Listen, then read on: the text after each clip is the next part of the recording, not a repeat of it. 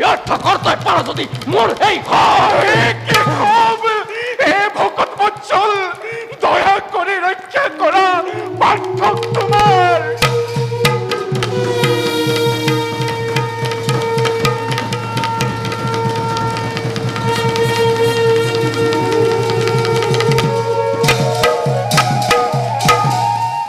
ভয় নাই সখা, ভয় নাই।